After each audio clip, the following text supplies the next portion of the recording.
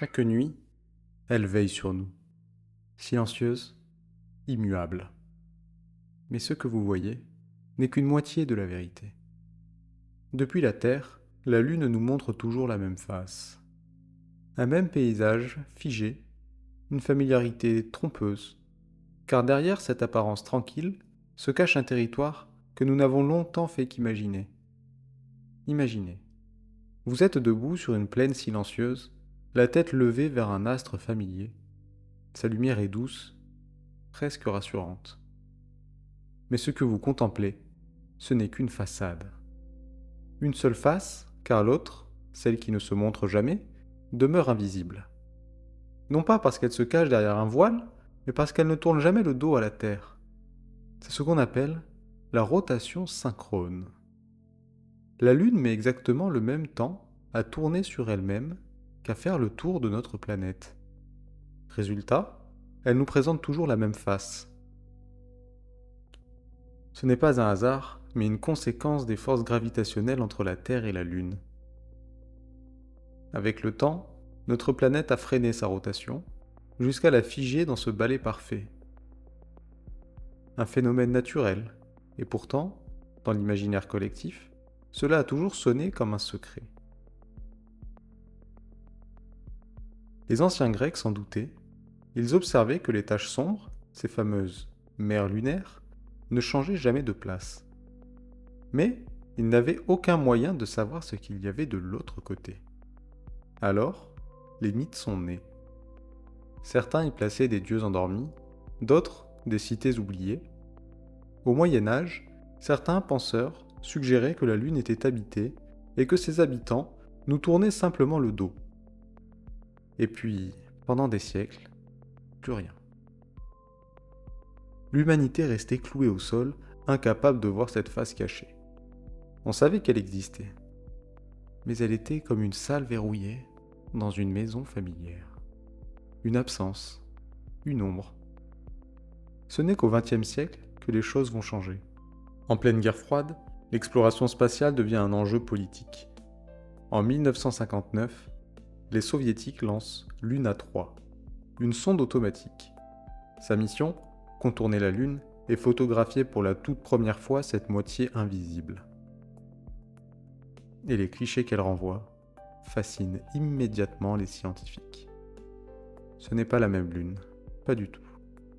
Là où la face visible est relativement lisse, marquée par de grandes plaines sombres, les fameuses mers, la face cachée est brutale, accidentée, presque défigurée.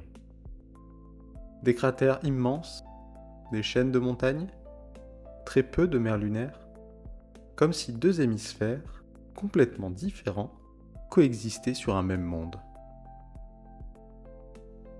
Pourquoi une telle asymétrie ? Les scientifiques proposent plusieurs explications. L'une des plus probables, la face visible, plus fine en croûte, aurait été plus sensible aux impacts volcaniques internes formant des plaines. L'autre, plus épaisse, aurait conservé son relief d'origine, presque intact. Mais cette réponse, aussi logique soit-elle, n'apaise pas totalement le vertige. Car au fond, ce que la face cachée évoque, ce n'est pas seulement une autre géographie. C'est une présence silencieuse qui nous suit sans jamais se révéler. Elle est là, chaque nuit, elle nous accompagne, mais elle ne nous regarde jamais.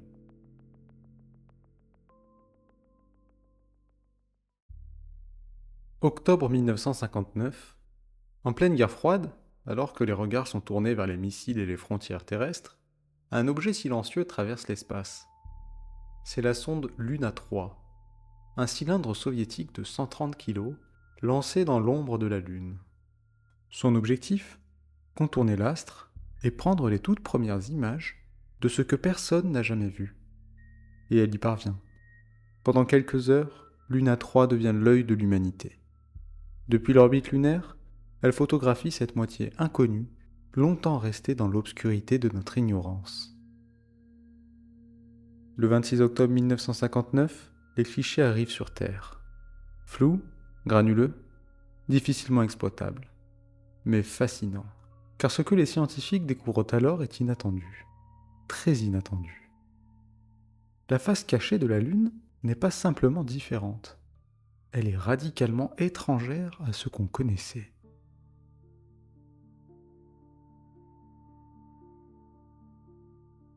Là où la face visible nous avait habitués à de larges plaines sombres, les fameuses mers lunaires, la face cachée n'en contenait presque aucune.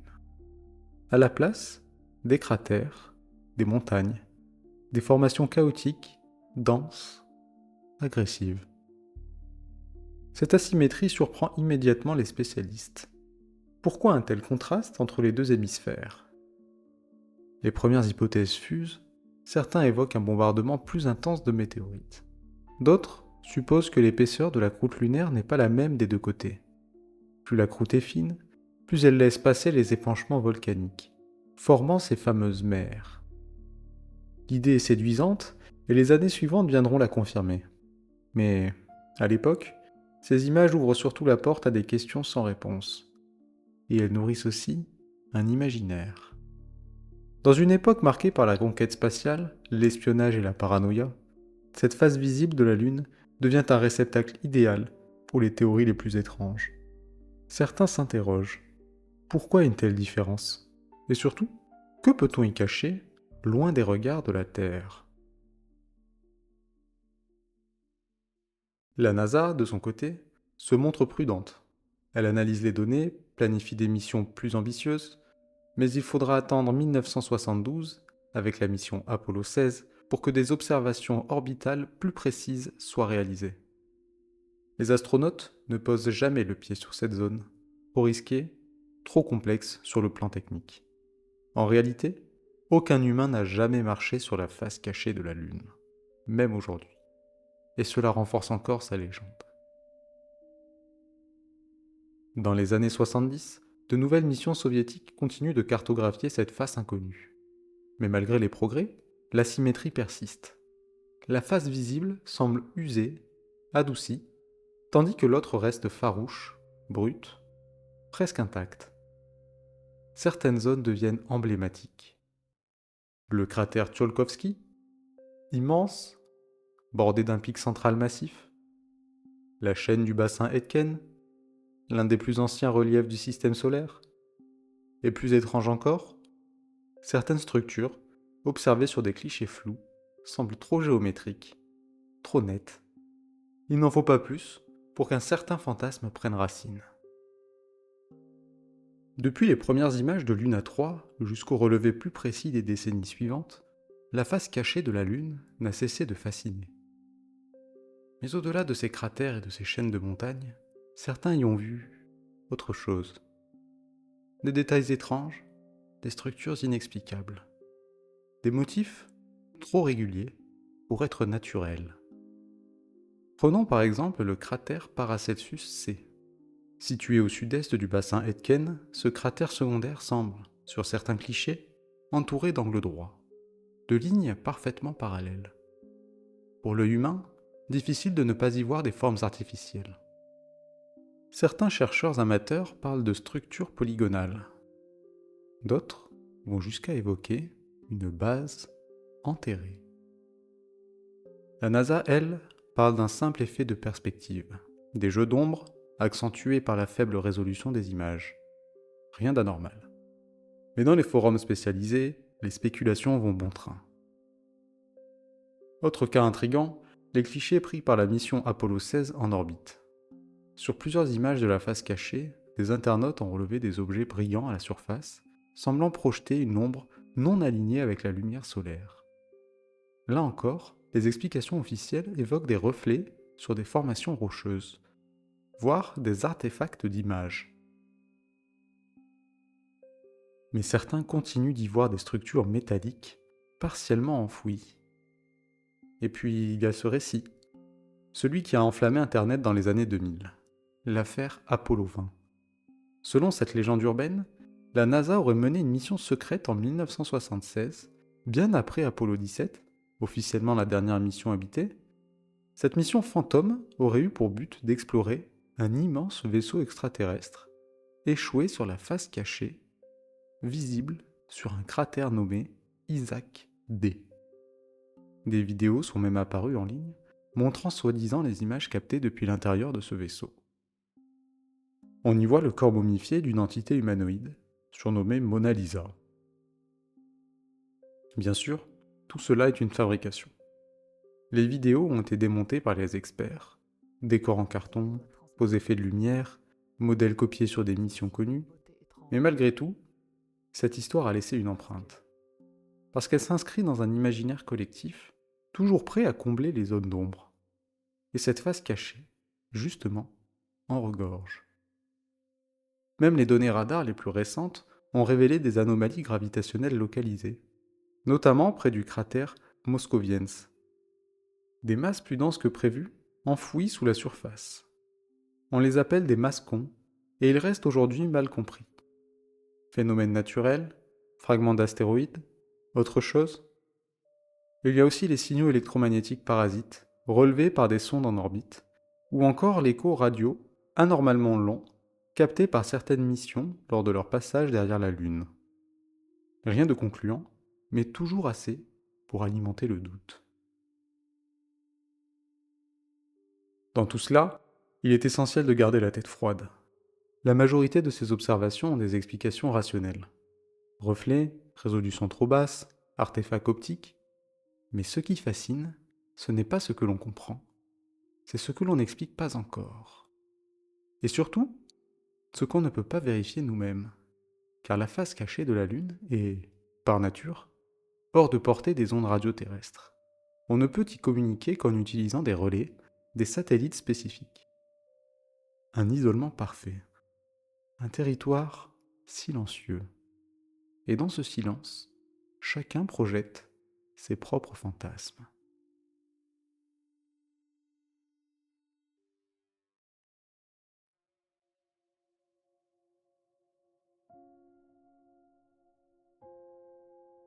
Aujourd'hui, la face cachée de la Lune n'est plus un territoire entièrement inconnu. Depuis les années 2000, les agences spatiales ont multiplié les observations. Les images sont plus nettes, les mesures plus précises, les modèles plus complexes. Mais l'essentiel nous échappe encore. En 2007, la Chine lance Chang'e, une sonde orbitale qui cartographie la surface lunaire avec une résolution inédite. Puis viennent Chang'e 2, LRO de la NASA, et bien sûr en 2019, Chang'e 4. Cette mission marque un tournant historique. C'est le tout premier atterrissage contrôlé sur la face cachée. Un exploit technique immense, rendu possible par un relais satellite placé en orbite lunaire. La sonde dépose un petit rover, Yutu-2, qui parcourt lentement les roches du bassin Aitken. Il photographie, analyse, creuse et renvoie des données inédites sur la composition du sol. Grâce à lui, on découvre que cette région est plus ancienne que la face visible. Qu'elle porte les cicatrices d'un passé chaotique, fait d'impacts violents et de refroidissements brutaux. Que ces couches profondes pourraient contenir des éléments rares, peut-être même des fragments du manteau lunaire. Mais malgré ces découvertes, la face cachée garde son mystère. On ne sait pas exactement pourquoi la croûtille est si épaisse. On ignore encore les causes précises de certaines anomalies magnétiques. Et surtout, aucun humain ne s'y est jamais posé. Aucun regard, aucun pas. Rien, sinon des machines. Et peut-être est-ce ce qui la rend encore si fascinante, car cette face cachée est l'un des derniers endroits, proches de nous, à être resté intact, inaccessible, presque vierge. Là où Mars est déjà un objectif pour les prochaines décennies, là où les astéroïdes sont scrutés par des robots et des sondes, la face cachée de la Lune demeure, elle, dans un entre-deux. Proche, mais hors de portée. Visible, mais muette. C'est un paradoxe troublant. Nous connaissons mieux certains satellites de Jupiter que ce versant sombre de notre propre Lune, comme si elle choisissait, encore, ce qu'elle accepte de nous livrer. Et cela nous ramène à une vérité simple. Ce n'est pas seulement l'inconnu qui nous fascine, c'est ce qui résiste à être connu. Alors oui, la science progresse, les images se multiplient, les théories se précisent, mais la Lune ne s'explique pas entièrement. Elle se ressent elle se rêve. Et tant que sa face cachée ne sera foulée que par des roues métalliques, elle gardera, pour nous, une forme de silence sacré. Un mystère à la fois géologique et profondément humain.